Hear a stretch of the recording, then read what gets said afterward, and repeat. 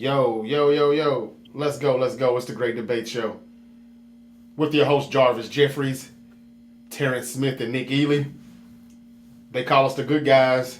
And we are back up in this biatch for a brand new episode. I'm live on TikTok right now. My guys, you will be able to hear them audio for the people that's watching me live on TikTok right now. And of course, everybody will hear everyone through audio here on the Great Debate Show podcast, which is available wherever you get your podcast. Hit the follow or subscribe button to be notified each and every time a new episode is up. And we're up right now. Basically about to talk about Week 11 in the NFL. A lot of games that we need to talk about, a few more important than others. Right now we're live and we're trying to get this Cincinnati Bengal LA Charger game to come to an end here. But we're getting close to it with a little over a minute left. The Bengals came back from a 21-point deficit. We've seen Justin Herbert and the Chargers do that before. It's been a while, but a few years back, they've done that in the playoffs.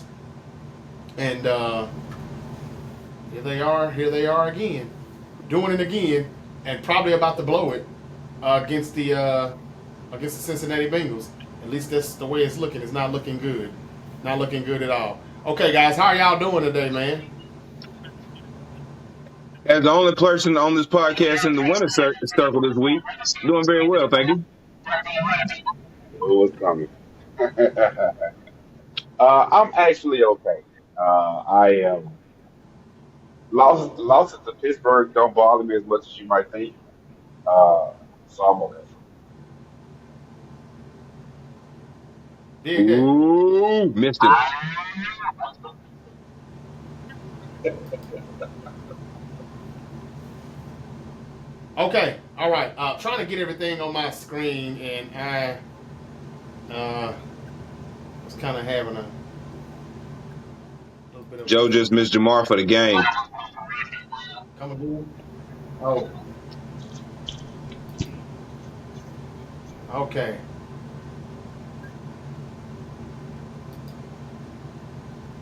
Now, if I can just get this on the right screen to the left, okay, and get my Audacity back up, we'll be good to go.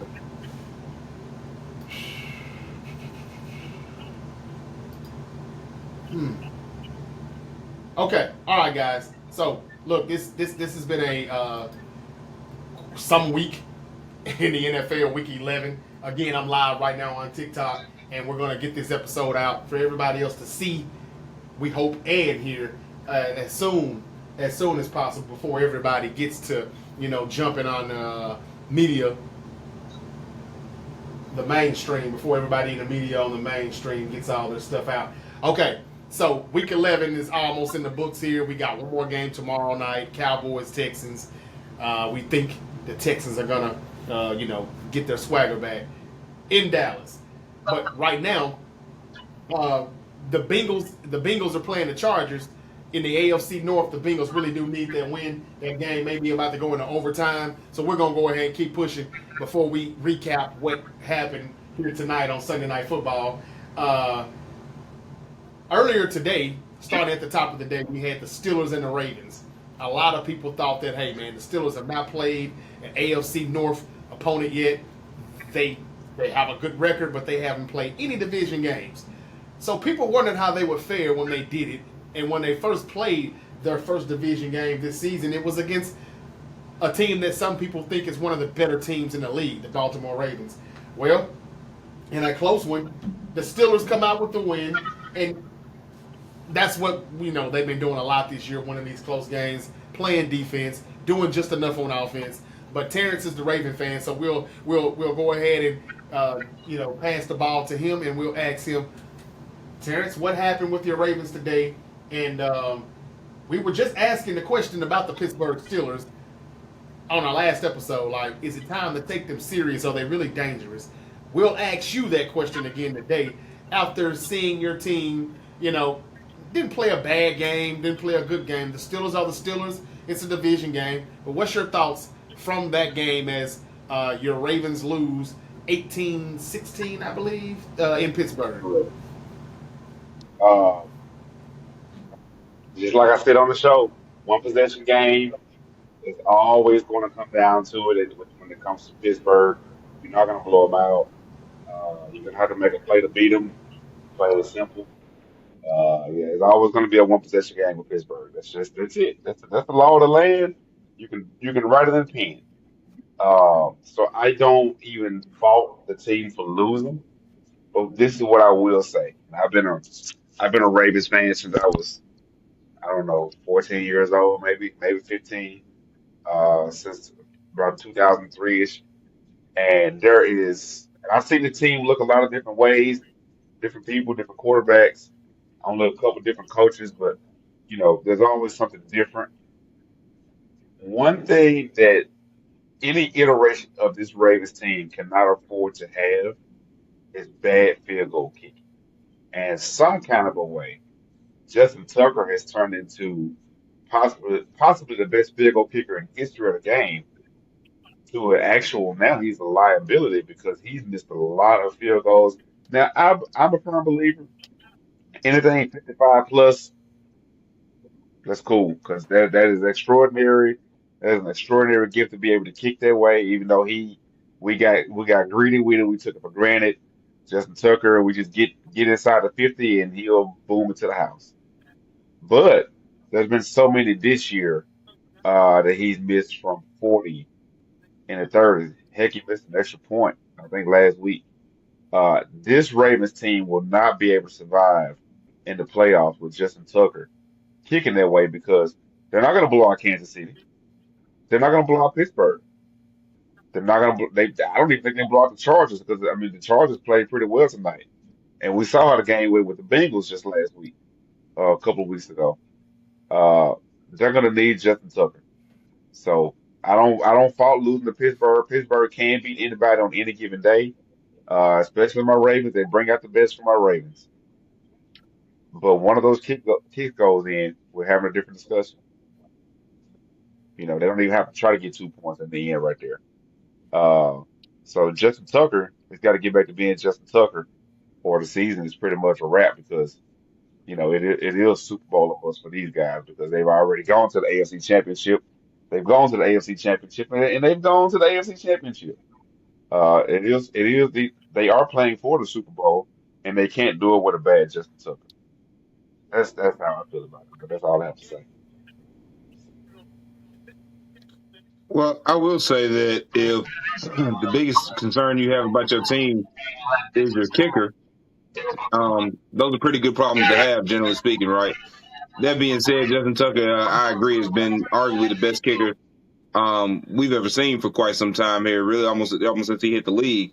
And so his kind of regression this year, which I've seen more than even I normally would, having him on my fantasy team also, has been surprising for sure. It's not something that although I guess he's had it, for half the season at this point, it's not something that I would bank on continuing to be an issue. As the Ravens get to the playoffs and kind of all of that, I would think that if you got to get to a point where you need a big kick from him, I would expect him to make those. Same way that, to be quite honest, we have hopefully his was just a little glitch in the system. But Jake Elliott had the same issues about a week ago, 2 weeks ago. Missed a couple that he normally otherwise makes. And so these guys that have been as great as they have for as long as those guys have, Justin Tucker for a little bit longer certainly. You expect them to kind of right the ship. As far as the Ravens and Steelers game in general today, it's hard to take a whole lot from it just because those divisional matchups, particularly in the AFC North, are always just so physical and so highly contested regardless of what the records of the teams are. And then certainly have both of these teams, being really on top of their game at this point in the season. You expected a close game. The Steelers winning this one now doesn't, guarantee to me that they're the better team or that they're the team that would win in a playoff situation. It means that they were the better team today. And they obviously have another matchup with the Ravens before the season ends. and then potentially they'll see each other for a third time in the playoffs. And each of those two games could have a different result. So, good win by the Steelers. Defense showed up, played a great game. Obviously, kept Lamar, who has been the runaway MVP to this point, at bay. We'll see if they're able to do it again in a second and potentially third matchup. I don't want to be long on it. I just want to say, Terrence was saying earlier when he was explaining why his Ravens lost, a lot of talk about Justin Tucker, which is true. He's been bad. This is not the first week he's been bad. That is true. And he missed 2 field goals at least. However, let's not forget there was a touchdown drive. Well, it wasn't a touchdown drive. I shouldn't say that. There was a possession that the Steelers had before the Ravens came back and, made this a game. The Steelers had the Ravens up 15-10. And had they at least gotten a field goal, they could have went up 18-10 earlier. Not when they went up 18-10, but before they went up 18-10. They had another opportunity before that, and Russell did a little bit too much, scrambling in the pocket, out of the pocket, and instead of just throwing that thing away, he threw an interception in the end zone. That could have been 18-10 or possibly 22-10, and I think that game would have probably been done for the Ravens had that happened. This was early in the fourth, but nonetheless, that's another 3 or 6 that's taken off the board. So I have to disagree with Terrence just a little bit when we put it all on Tucker and his leg. Yes, he was bad, and he should have gotten at least one of those kicks. But it would have took both of the kicks that he missed, which is 6 points, that would have made up for the 6 points that the Steelers, that Russell Wilson gave away by not scoring in that end zone. So it didn't come back to haunt them, though. The Steelers still got the win. But I think the Steelers kind of, they were in control. They were in the driver's seat for the most part of this game. The Steelers just have the Ravens' number. I mean, it really ain't a lot to debate on that. The Ravens don't beat the Steelers often. And shout out to Mike Tomlin, because once again, he looks so smart and savvy with everything that he's doing, like paying respect to Lamar Jackson immediately after beating Jaden Daniels, saying, "No, we wouldn't dare to make comparisons. That's Mr. Jackson." Knowing he was going to beat Mr. Jackson as soon as he came into the stadium. Everybody, "Oh man, Russell Wilson, don't stick with Justin Fields." Knowing he's going to get wins as soon as he inserts Russell Wilson into the starting lineup. I mean, he is brilliant right now. If anybody is coach of the year, it should be him. That's definitely a runaway if I've seen one. Yeah, I agree. Yeah, no doubt, no doubt. All right, but again, the Steelers win, and this was a chance for the Ravens to take number 1 spot in the AFC North, but they failed to do that by losing. The Steelers are now 8 I'm sorry. The Steelers are 9-2. Is it 9-2 now? The Steelers are 9-2, and the Ravens drop now to 7-4 instead of going up to 8-3. Am I right? Is it 7-4? Yes, I believe you're correct. I don't think either one of them have had a bye week yet. No, the Ravens have. The Ravens are 7-3 then. No, they have not. They're 7-4. So you're right. Okay. The Steelers have had a bye week. So they're not 9-2. They're 8-2. 8-2 then, okay. Yeah, there we go. 8-2 and 7-4 now, but the Steelers still are at the top of the AFC North. Now, for Ravens fans, including you, Terrence, I wouldn't trip on that because I don't think it's in the cards for the Ravens to do what they did last year. Number 1 seed, home field advantage, MVP quarterback. We're going to run to the Super Bowl. No. If they're going to win the Super Bowl, like my theory is for them to win, they're going to sneak into it. They're going to kind of crawl into the postseason. They're not going to win the North. They're going to get in at probably the 4th or 5th seed, maybe even 6th seed. But as long as they get in, and when they do, I think they'll be built to go on the road and beat other teams. Now, that defense is, still kind of questionable at times, but they did a great job today. I mean, 18-16, that's a defensive game, and nothing you can say about it. All right, so we got that out the way. Steelers win, Ravens lose, week 11. Now, fast forward before we go back to the 49er game. Let's quickly talk about the game that just ended. The Cincinnati Bengals and the LA Chargers.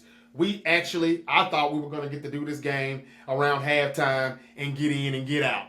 Then the Bengals came back from a 21-point deficit, being down 27-6 and then tying it up at 27, making this a game. But then they still can't get the win as the Chargers end up winning at the end of regulation, a walk-off touchdown. That's not the only walk-off touchdown we're going to talk about. Another one happened in Levi Stadium in Santa Clara earlier today. But first, this one here. The touchdown for the Chargers where they made it 34-27. They get the lead. That's only a few seconds left for Joe Burrow. Not enough time, even though he did heave one up. And it still almost reached the goal line. But they lose this game. The Bengals are now 4-7. Terrence, me and you went with the Chargers to win this game. We were right. But damn, boy, did they make this a game. Nick was almost right. He picked the Bengals. And he sensed that the Bengals are on their way for a run. Well, at 4-7, it's going to have to be a hell of a run now. I'll let you all say what you have to say. But I just want to say F the market. I'll explain why shortly.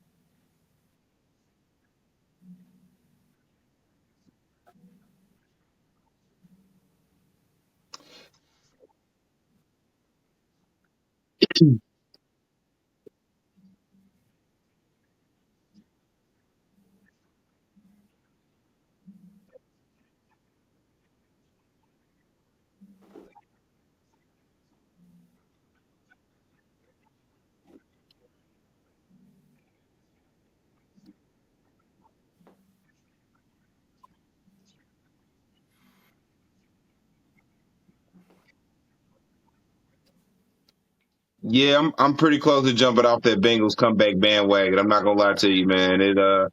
This was one they definitely needed. To really to stay in that race and stay in it for that AFC wild card picture. I think the division certainly is out of reach for them at this point. I am gonna disagree with one thing Terrence said though. That defense is that bad. The only bright spot on that defense is Trey Hendrickson when he shows up, and he makes plays in the backfield. That's really the only hope they have on the defensive end. Past that, the secondary isn't any good. The linebackers are decent at best. And as I mentioned, Trey Hendrickson is the only one really up front that gets pressure. And so I think that's been their biggest issue is that, even when their offense does get as hot as it has, and it can get hot with Joe Burrow and Jamar Chase, and certainly when they've had T. Higgins there, he's had some injuries he's had to battle this year. My fantasy team has noticed that as well, but, still undefeated at any rate. But as much as hot as that offense can get, it doesn't matter when they can't stop anybody is really the bottom line. And that's kind of the problem the Bengals keep running into. Those 34 points given up to the Chargers tonight. And they had a chance even to ice this one on the defensive end. Mike Hilton had a route that he ran a route before the receiver basically and had it right in his hands. If he holds on to it, he could have basically walked to the end zone, and that would have been 6 the other way for the Bengals. And just play they didn't make. The Chargers did make the plays they needed to, and they're walking out 7-3, 7-4. Yeah, 7-4, just as I expected. The Chargers, again, as I said all year long, they will be a team you'll look up and you'll say, "Oh, damn, I forgot all about them." Their playoff material, Yeah, yeah, for sure. you'll see in the playoffs, and it's looking like you're seeing it now. I'll go ahead and say it. There's no debate for me. They had to win this game, but in my mind, the Bengals had to win this game last week. After the performance they put on against the Baltimore Ravens in Baltimore, and for them to still come up short and not win their game, I think that that did something to their spirits. And for them to come back again tonight, and at halftime they had to look at each other and say, "All right, our season is on the line. We got to come out here and we got to turn this thing around." And they did it, and still came up short again. In my opinion, after 2 back-to-back games like that, it's pretty much tucking their soul. And I don't think they've got anything else left. And if they do got it, they'll run out of it or lose it by the time they get to the postseason because they just won't have enough gas in the tank. I don't think that they'll make it. Their season is over. And now that it's over, I can proudly say F the market. Because if you weren't paying your quarterback 55 per, and again, I know that's Joe Burrow. I know how good he is. Oh, yeah, he's great. I get it. I was the first to tell you all that before he even played one snap in the NFL. So please don't come for me when it comes to that. This is not to criticize Joe Burrow at all. It's to criticize the Cincinnati Bengals front office and every other team's front office who thinks it's okay to pay their quarterback or wide receiver or pass rusher or whatever the position may be, whatever the market says. If they weren't paying their quarterback 55 per, they probably would be able to have somebody that could make a play on defense other than Trey Hendrickson.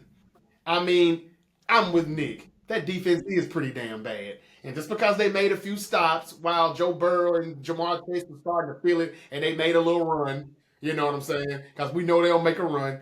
It didn't mean that their defense was pretty good or solid or they're back. They're not. They're not good, and that's why you see the frustration on the sideline from Trey Hendrickson because he knows I'm the only MFer that's elite on this defense, and that's the problem, and that's why I say F the market. You've got to sprinkle that money around to other players at other positions. You can't give it all to one person, and then you're about to pay Jamar Chase too. Where is the money going to go on the defense? This is about to be the Indianapolis Colts of the 2000s because all the money on the salary cap is going toward the offensive side, and there's no money going toward the defensive side. And Peyton Manning and Marvin Harrison, yeah, they did win a Super Bowl, but it was just a Super Bowl. Are Burrow and Chase going to do the same?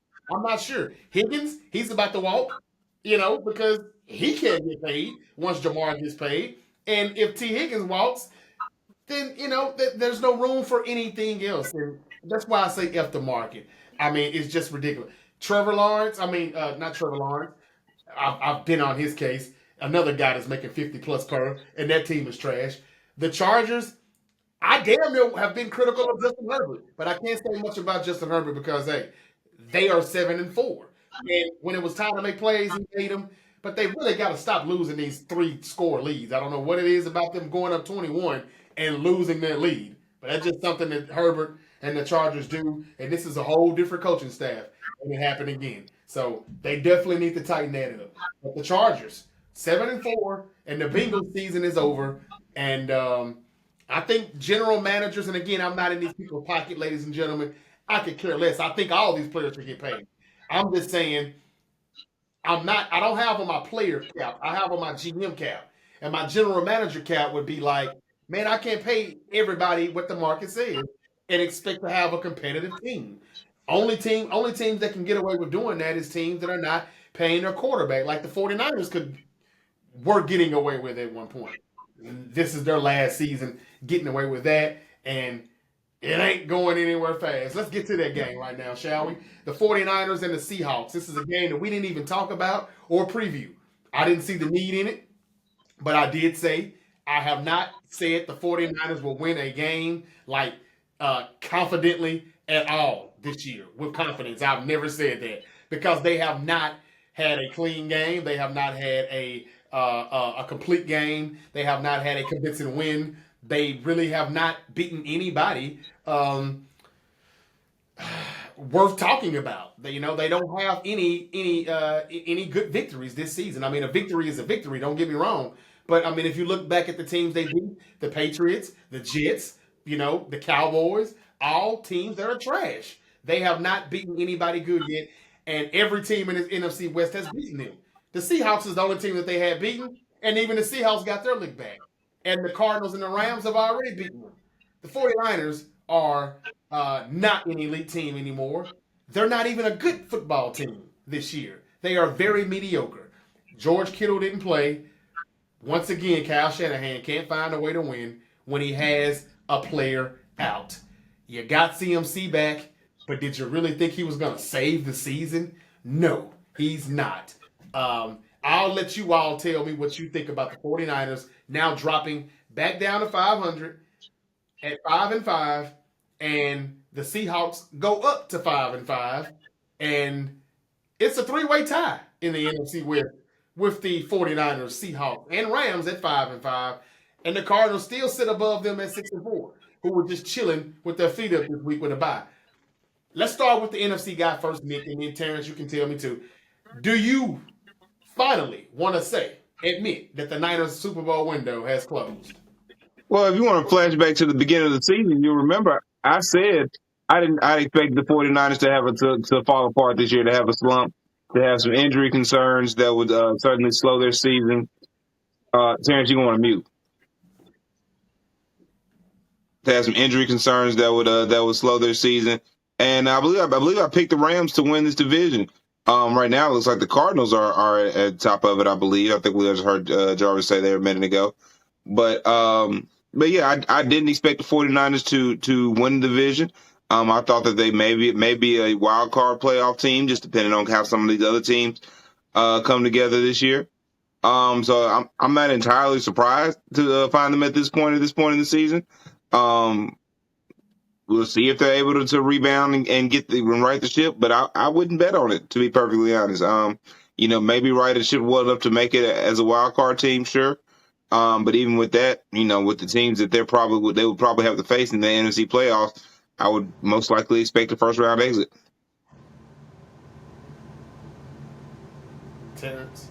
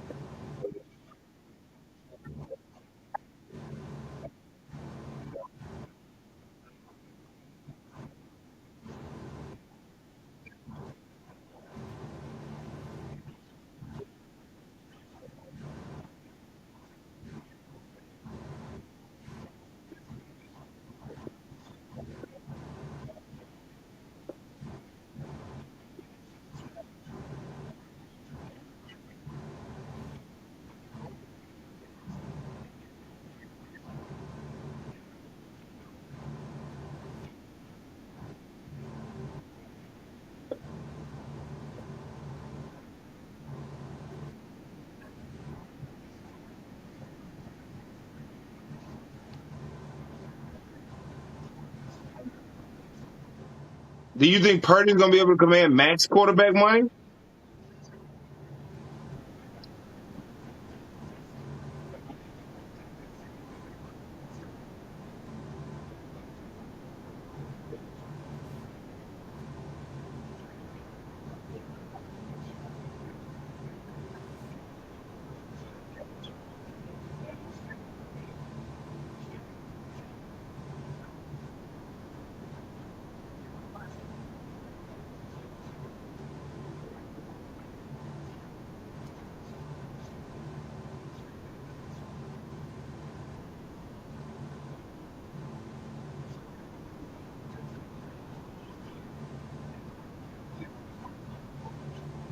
So do you guys agree with me now that Brock Purdy should be getting like a Daniel Jones type of contract or somewhere similar in that number?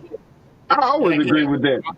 I'm not comparing him to Daniel Jones, ladies and gentlemen, but contract wise, that's true. Right. You never heard me advocate for Brock Purdy to get top flight money.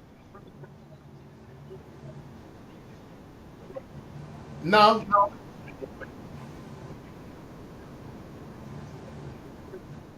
Yeah.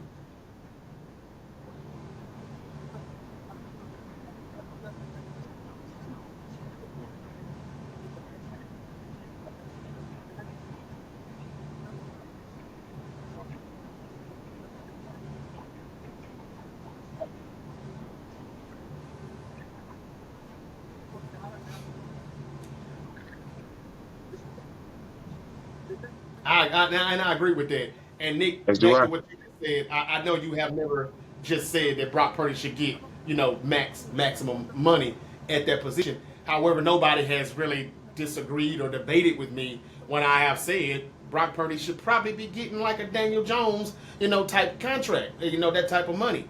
A lot of 49er fans will tell me that if the 49ers don't pay him, somebody else will. And I'm tired. I don't Okay. want to hear that. That's the same thing. That's the same thing I heard when we paid right before we paid Jimmy Garoppolo. If we don't pay him, somebody else will. Well, don't you Let wish them pay somebody him. else had done it now?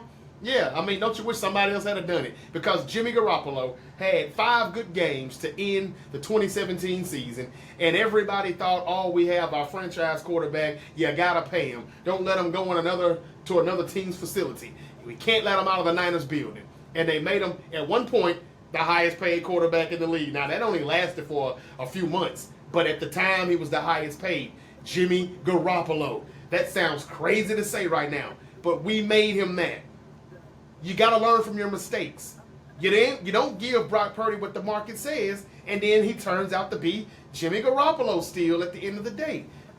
You see now that he's not elite. He's not bad, but he's not elite either. Everybody has to be playing for him to look sharp. When people are out, he doesn't look quite as sharp. There's time. The only reason why you would even consider, like giving him a boatload of money, his legs really, the way he's using his legs this season and extending plays, it's been great. It has. But Purdy still takes chances. He doesn't know when to take a sack. He doesn't, know when to just give up on a play and live to see the next play.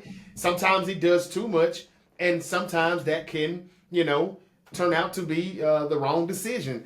He makes poor decisions at times, and at times he doesn't. But it's too inconsistent to say I'm giving you the bag. I mean, we have to admit Purdy has to be somewhat average because elite quarterbacks would have found a way to get this win today. It was against the Seattle Seahawks. The defense, it wasn't bad, but again, it wasn't great. And I'm tired of people not criticizing Nick Sorensen, who is not getting criticized at all. But the last time the 49ers lost a game off a walk-off touchdown, it was Steve Wilkes being the DC, and he was fired after the Super Bowl. And that man only allowed 19 points in regulation against the Kansas City Chiefs, the champs, before that walk-off touchdown. 19 points against the champs? This is Geno Smith and the Seahawks. And that's another walk-off touchdown. So I just would like to have some criticism. Not saying that the Niners lost this game because of defense, because they didn't. They lost because of offense. It was bad. Where was Deebo Samuel? I mean, he played, but I didn't see him making any plays. He's a gadget player now. That's all he is. He really is Percy Harvin. He's hurt just as much as Percy Harvin now. And I mean, like, Juwan Jennings is the 49ers' number 1 wide receiver. Who knew? I mean, like, it's that bad. Nobody gets open. The offensive line is up and down. There's no creativity on offensive play calling at all. So you can't even say that Shanahan focuses too much on play calling. That's why he gets in his own way at times when he's trying to be a head coach. He doesn't play call good either. The special team still is bad.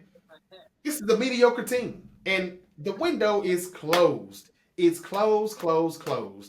I predicted this team to go about 7-10. They're 5-5 right now, so that's 5 down, 5 more to go. And I'm hoping that they do finish 7-10, so Kyle Shanahan can be terminated. Christian McCaffrey did come back and play. Kittle's been there. Yes, Ayuk is gone, but Trent Williams and there's players have been there. You should be able to get wins. You shouldn't have lost a round game or the Cardinal game or this game today. So he's got to be held accountable for this at some point. So again, I don't want to get to the playoffs and make this run just to go home first game, wild card weekend. If we're not going to win the whole thing, which I don't think anybody thinks we can do that, and we won't do that, then I'd rather just miss the playoffs. And I would rather for this thing to blow up. I mean, blow the fuck up. So, Jed York, I hope you're watching, and I hope you're listening to this. It's time to get rid of Kyle Shanahan. He's the problem. And all this talk about how great this rookie draft class is, well, how come it's not accumulating into wins? Because every time I see a veteran like Nick Bosa, who left the game and didn't return, they lost. Every time somebody's missing, like George Kittle, they lose. Top heavy, no depth. You know who's responsible for the depth on the roster? The head coach. And that's it. All right, so the Niners now 5-5. I think their season is over. They should have lost last week in Tampa Bay, to be honest with you. But, hey, the ball doesn't lie. They lost this week, and now they got to go to Green Bay next week against a team that's starting to get their mojo back. Good luck. But again, Terrence, you said something that was truthful. This is a blessing in disguise. Because the Niners are playing so bad and losing these games, it's hard to say I'm going to give my quarterback top pay. So if they miss the playoffs, yeah, this gives the Niners a little bit more leeway to say, hey, how about we offer you this type of contract? Or do you want to redeem yourself and bet on yourself and come back one more year and play, on the tag? Or what? That's not even a tag.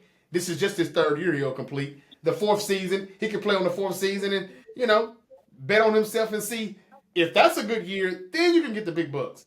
That's the only thing that can keep the Niners window cracked a little bit. If they can somehow, find a way to stall in paying Brock Purdy. And I would be stalling because what has he done to make you just say, yeah, he deserves that? I tell you, man, trade deadline, we should have traded Kyle Shanahan. That's who should have got traded. The Niners wouldn't be so bad. Underutilizing their best players.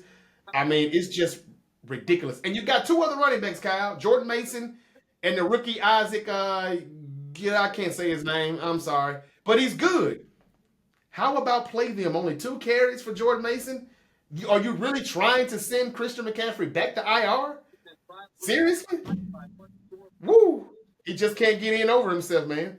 All right. So, the Bears and the Packers played today, and we said that the Packers were going to win that game. I think we all did, but we thought the Bears had a chance to be better at home, firing their OC.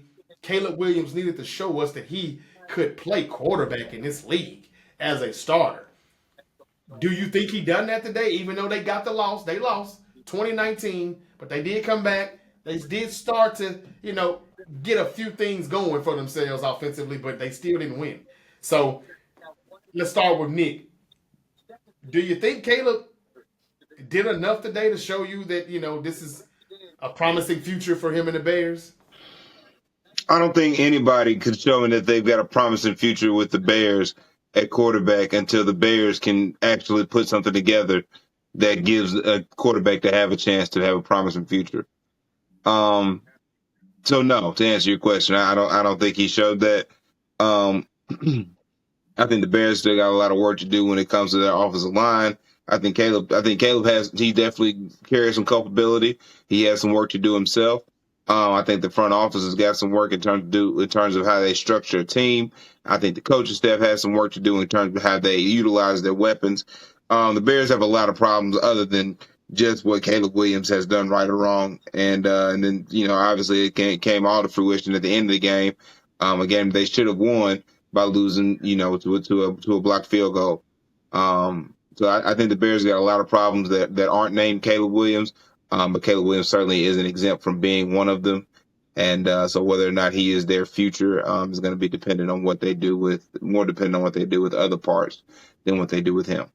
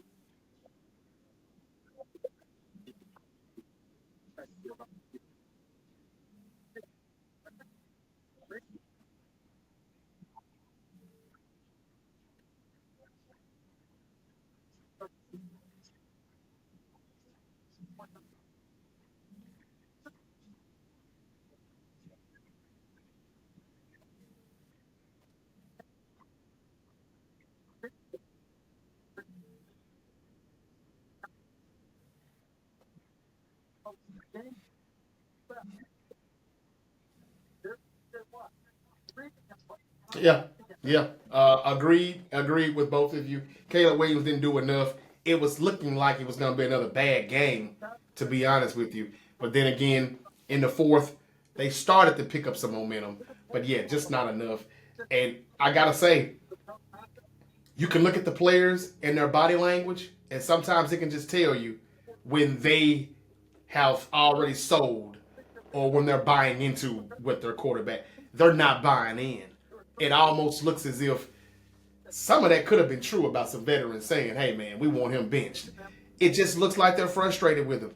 I looked plenty of times at some of the players, and I see I see some frustration. We'll see, but the Bears not going to be a postseason team. We never said they would be, but I think people expected for the progression of Caleb Williams to move a lot further along than it has so far. But again, just firing the OC, we knew that wasn't going to be the answers to all their problems. So Bears lose and Packers win. Packers host the San Francisco 49ers next week. That'll be, I guess, a pretty interesting game. I guess that's pretty much it because those were just the big games that we wanted to talk about. Shout out to the Colts; they got a win though today on the road, getting the win, which I thought that they would win in New York against the Jets. So the Jets are now like 3-8, and they're just bad, bad. Look for Aaron Rodgers to fake an injury or something at some point and sit this one out. He's not. I just can't see him and Devontae finishing this season. They gotta do something to get out of this or try to save face. I just know it's coming because their season is definitely over. So they lost. Colts won that 28-27 with the go-ahead touchdown. 3 touchdowns for Richardson off 272 passing yards. That was pretty good for him to come back after being benched and coming back getting this win. Shout out to him and Shane Steichen. The Rams got a win 28-22 over the Patriots. They're 5-5, and that's a part. They're a part of that three-way tie in the for the number 2 spot in the NFC West. Technically, the 49ers are at the bottom though right now, even though they're all 5-5 except for the Cardinals. Jared Goff shook off that 5 interception game from last week and smoked the Jacksonville Jaguars. If anybody cares about that, and they look like they are the best team in the league, not just the NFC.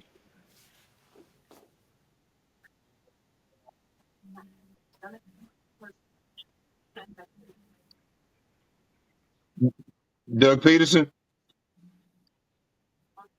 headed into their bye week, probably so. Yeah, yeah. I think it's probably a wrap for Doug. Yeah, yeah. Just call them. Just call 'em. Just call them boys to men, man, because I'm pretty sure that we've come to the end of the road with Doug Peterson as the Jacksonville Jaguars coach. All right, good one, Jarvis. Hey, hey, look, the 72 Dolphins can pop the cork. We forgot to mention them since the Yeah. Chiefs lost, Buffalo Bills won. Anything that you all want to say about that game? I know I told everybody don't bet against Patrick Mahomes, but that's nothing you've never heard of. They didn't get the win today. They had to lose at some point, though. We think we didn't know, but they did lose. The Bills got the win. So we talked about that game already, though, didn't we? Yeah, we did. We talk about the Bills and Chiefs? Nope. Did we? No? Okay. So quickly, just your thoughts on Buffalo winning. Does this say anything to you? Is this like a statement win for the Buffalo Bills? And I'm sure this doesn't hurt the Chiefs at all. I'm sure you're not worried about them. But is this more about Buffalo winning this game versus KC losing it? Terrence first.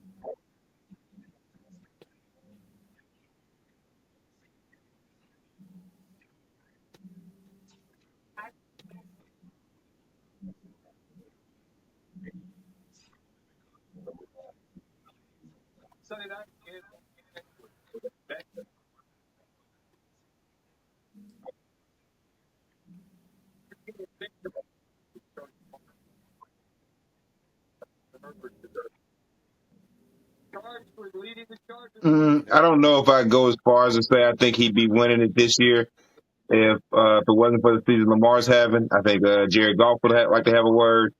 I think Saquon Barkley would like to have a word. Um, but anyways, what I will say, I do agree with your sentiments that there's not much of anything that really could have happened in this game that would have moved the needle for me one way or another as it pertains to, which team I thought had the edge, when it comes to playoff time and that sort of thing. I think the stat was before the game that the Bills have been 3-1 against Mahomes and the Chiefs in the Josh Allen era in the regular season, and then 0-3 in the playoffs. And so, all that says to me is that, hey, this win is, good for them. It does give them a chance to try to close that gap and hopefully be able to host a potential playoff game against the Chiefs as opposed to having to go to Arrowhead. Because certainly you don't want to give them any more advantages than what they may already have. But by the same token, as far as this game being a statement win or moving the needle one way or another in terms of the team, I think is going to be the problem. When it gets to January, this doesn't do it. It was a great game. Chiefs definitely kept it competitive, had a chance to win it. Buffalo went and got the job done. And so hats off to them. They played a good game. And but we'll see if they're able to keep that up in January. Yeah, the Kansas City Chiefs defense didn't look that good on Sunday, and it doesn't look quite as good as it did last year. But then again, Steve Spagnuolo doesn't really dial everything up and turn up the heat and start cooking until January. So first time, I believe it's the first time they've given up more than 28 points since their Super Bowl against us. Okay, so that says that the defense was pretty good all last year. Just seems a little different. They've been really getting lucky with some of these wins, and they weren't so lucky today. Chiefs offense didn't do enough. Bills defense did enough. Kelsey was kind of quiet today, and I didn't see Swifty. So maybe that's the reason why they didn't win. All I know is that it doesn't really matter. The Chiefs didn't need that win as much as the Bills needed it. And even though the Bills got it, it still don't mean a damn thing. But I want to go back to what Terrence said, and I'll be done here. Terrence is right. Josh Allen will never win MVP because of Lamar Jackson. The bad part about that is that I don't like is that this is the reason why Lamar Jackson's got to get some hardware. And I ain't talking MVP, individual hardware. I mean the Vince Lombardi trophy. You can't say that I'm the reason why Josh Allen never got an MVP and you don't have a Super Bowl ring to show for it. That's what he's got to do. I'm thinking that this will be the year, but it's only because of a theory. It's only because of some gematria, conspiracy theory, scripted-ish that I have going on in my crazy head. If none of that's true, the Chiefs will be back and they will win again. And they'll sit at the table and they'll eat their dinner and they'll eat your dinner and they'll eat everybody else's dinner. That's just what they do. So this loss, it means nothing. I do wish they had a won today, but it doesn't mean anything. So they lost. No biggie. I will say this though. Isn't it time for us to start criticizing Patrick Mahomes just a little bit? I know he's the best. I know he's on another level. Anything that we grade or anything that we rank, we leave the Chiefs off of the list. I get it. But how long are we going to continue to just let him slide when we bash every other quarterback for losing and not playing good? Special teams has helped the Chiefs win games. The defense has helped the Chiefs win games. And all we've said is that the offense hadn't looked that good. And then D-Hop came and it started to look a little better. But all we said is that the offense still hadn't caught up yet. And Patrick Mahomes, he's not playing that good. And we just sweep it under the rug. At some point, we've got to say, all right, Pat, unless you've got an injury that you're not telling us about, that you're dealing with that's bothering you, you have to play better. And he's not playing good football. He's not playing like the Patrick Mahomes that we normally see. I mean, he's not bad, but he's not playing like Patrick Mahomes. And so we have to stop. Why are we never talking about Patrick Mahomes being the MVP? Put it that way. If that's the best way I can make that example. We're always talking about Lamar. But when January comes, we know who wins the trophy. But why are we never talking about Patrick Mahomes up for MVP? We hadn't made that conversation in a while. It's been a minute since he was that guy throwing 40 plus 50 touchdowns. He just won the MVP 2 years ago, brother. Did he? 2022. Okay, well, I'm talking about right now, currently. I said, when are we going to start criticizing him for not playing good or living up to the expectations that we have for him? When they start losing? Well, they just lost today, brother. They lost today. They're 9-1. They could have lost a lot of games, though, Perry. I mean, this is all I'm saying. A win is a win. And this is the reason why I haven't said anything. Mm-hmm. Because it's hard to say things like I'm saying right now when they've got wins. Mm-hmm. But he's not the reason why they have a lot of these wins. I just said it's been special teams blocking kicks. It's been defense making plays. It's every game that they had won, pretty much most of them was by 7 points or less or fewer. Today they just finally ran out of luck. All I'm saying is that even though they're 9-1, Nick, you know damn well they very well could be 6-4. To be honest, they really could be had those games not went the way that they went. So that's all I'm saying. A lot of that goes back on Mahomes really not playing like Mahomes. I'm not talking about 2022. I'm talking about 2024. That's all I'm saying. And I'm not saying that he won't come back and, go on a 15 touchdown to no interception ratio run. I'm not saying he won't. I'm just saying that he ain't been that good and ain't nobody saying nothing just because he's Patrick Mahomes. That's all I'm saying. That's it. But anyway, it was a great week 11. All of the games were a lot better than I expected or predicted them to be. A lot of them came down to the wire. And again, Geno Smith with the walk-off touchdown. The Chargers win the game pretty much with a walk-off. And, it was a good Sunday. Pretty good. The Knicks-Eagles won on Thursday. Me and Terrence, unsuccessful today. We both came up with the L's. But the only thing about me is, if you notice my attitude and my demeanor after a loss, it doesn't change from a win to a loss because I am the one who came and said late August, this is going to be a bad year for the 49ers. How many people actually say their team is going to be bad? I did, and I hate to be right, but I was right. And Nick Bosa, we don't know how long he's going to be out with this hip injury. And you saw how they looked when he left the game. So it's one of those seasons, man. You can't make these long stretch runs into the postseason and Super Bowls and think that you're just going to keep getting back without that wear and tear. They ran a lot of tread off those tires, man. And I mean, the wire is showing. And this is what you get. Brandon Ayuk out for the season. He's getting paid 30 something per. Nick Bosa's about to miss some games. He's getting 32 per. This is why I say F the market. You paid everybody. Trent Williams got paid.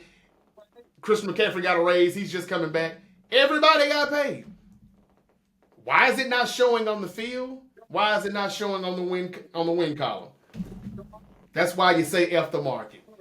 Paying everybody don't get you wins or Super Bowls. Anyway, that's all I've got. We've almost come up on our hour mark, and it was a great show, I believe. Again, Chargers get the win Sunday Night Football, 34-27. Bengals season is pretty much over. Chiefs get their first loss. That's it. That's all I've got. Anything that I missed or anything that you all need to bring up before we...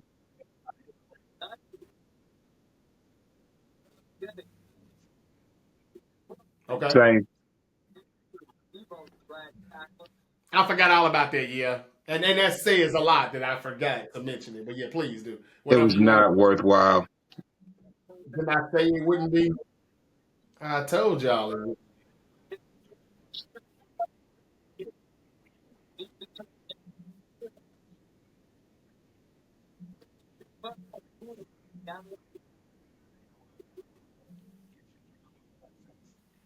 That was bad.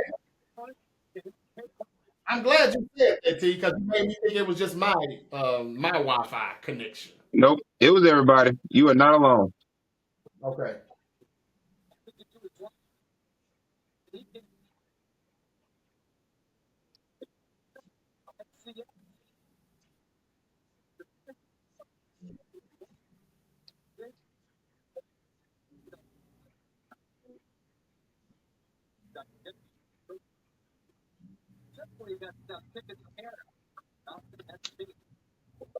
I have really nothing to add.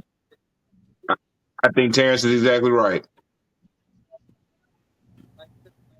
And I don't have much to add either, other than, and Terrence, we really do have to start pulling up some of our sound bites from the past. I can remember saying, when it was just me and you doing this show, Terrence, I told the public, I told our audience that I blame, as much as I like Floyd Mayweather, for what he did for boxing, but I blame him for fights like this right here. When he and Conor McGregor had that fight some years back, about 6, 7, 8 years ago, it's went downhill since. Now you've got anybody wanting to fight anybody, and they'll put it on TV or some type of PLE and make an event out of this. And it's just bad for boxing, and it's terrible. And, I mean, if you call this a big fight or a mega fight, then that goes to show you how bad boxing is now. It was some type of humiliation ritual going on. Tyson did not look like the baddest man on the planet. He didn't even really look like a man in some parts of that show, if you know what I mean. That I won't even get into or talk about. And some people might have even lost some respect for him. All of this talk, though, that you did, and all of this, I told you it was all just entertainment. That's all it was for. And he got out there and he showed you that he had no legs. Nobody never talked about his legs. You just realized, damn, Tyson ain't got no legs. He can't move. He's that. Is he tired? Can he not get in? Can he not get the punch? He can't really get any good shots. And let's be real, y'all. Yes, the whole thing was scripted, but if it wasn't, Jake Paul could have hurt Tyson. With Tyson not really protecting himself, not really getting the shots that he wanted. He could have got hurt. So people can say, oh, Jake Paul, man, you could have knocked out a 58-year-old. Nah, he didn't. And maybe he couldn't. But it looked like there was times where he could have, and he was easing up. There were times where Tyson could have got in and stepped in and got 1-2, boom. But he was told not to. I told y'all he looked too happy. It was that $20 million. He had already gotten paid. I'm taking the dive. And the only good thing about this is he didn't really take a dive. But he lost, and he lost convincingly. And yeah, that was bad. Good thing it was on Netflix. Because if this was on something where you would have had to make a purchase or subscribe or whatever because you didn't have that actual platform, you'd be really pissed. I No. really want my $8.99 back for this month, to be honest, Yeah, or 8.99 back for the $10.99, quarter. whatever the hell I'm paying them at this point. Right, right. I don't blame you, brother. I don't blame you at all. But I Also, warned you shout out to guys, John Jones for defending his title Saturday night. and he did it in 3 rounds, so that wasn't nothing to see. That was a waste of money too. You know, That spinning so kick was it vicious, wasn't a boy. good. It wasn't a really good weekend of fight night, as a lot of us would have hoped. But hey, if you got to kick it with some people, you know what I'm saying? Shoot the shit, reconnect with a few people, man, and have a good time while this stuff was going on. Then that's all it was about, fellowshipping with some of the people that you love being around, because that fight wasn't much to watch. So that's it. Though pretty much Jake Paul beat Mike Tyson or whatever you want to call it, and John Jones wins another one in the octagon. What's new?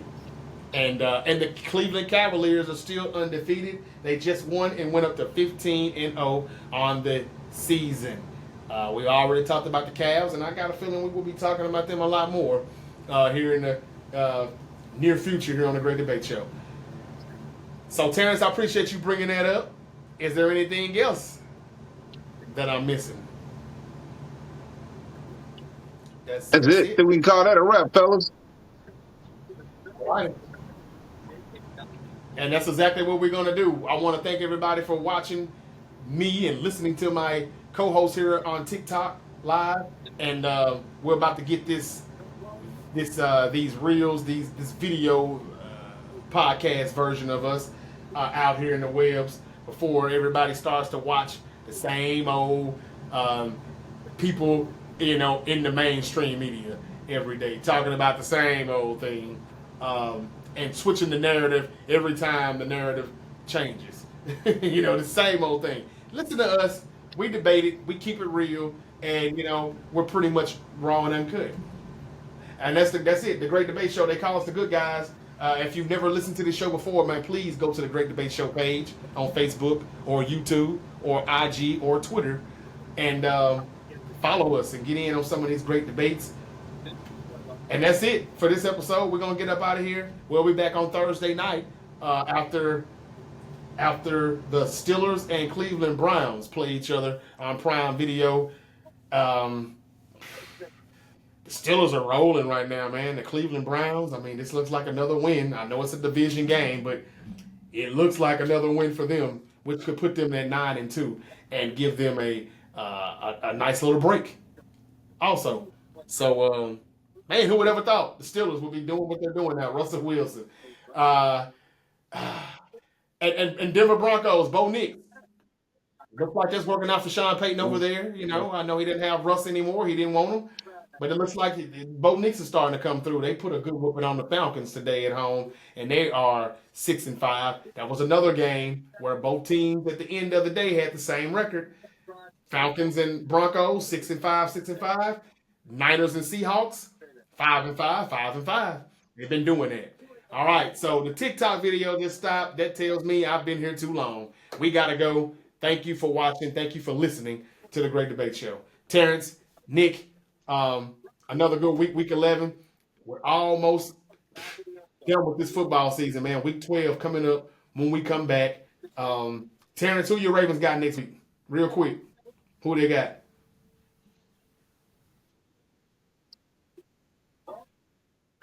Nope, we got the Rams next week, Sunday Night Football. Oh, okay. The Eagles have the Rams next Sunday night. Okay, we'll be back for that one right after that game ends also. That should be interesting, I guess. Rams. No, it shouldn't be. We should handle that. Where's the game? Believe it's in LA. Well, even an LA game is still not an LA home game. So, but at least they don't have to go. Y'all got the Chargers. Ravens and Chargers. Okay, the Harbaugh Bowl is next week. Okay. All So right. we both got LA teams next week.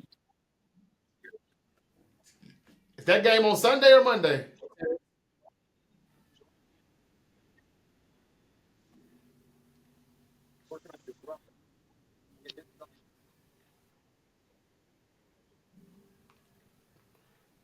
Monday Night Football is Chargers and Ravens. Go figure. All right. So Terrence's team is playing on Monday night, and Nick's team is playing on Sunday night. Okay. Chargers and Ravens.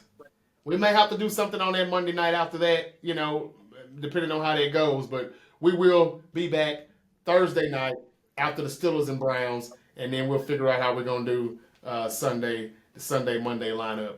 All right, that's it. We out of here this time for real. Cowboys and Texans on Monday Night Football. I hope that game was over with by halftime. Either way it goes, that should be a win for the Texans.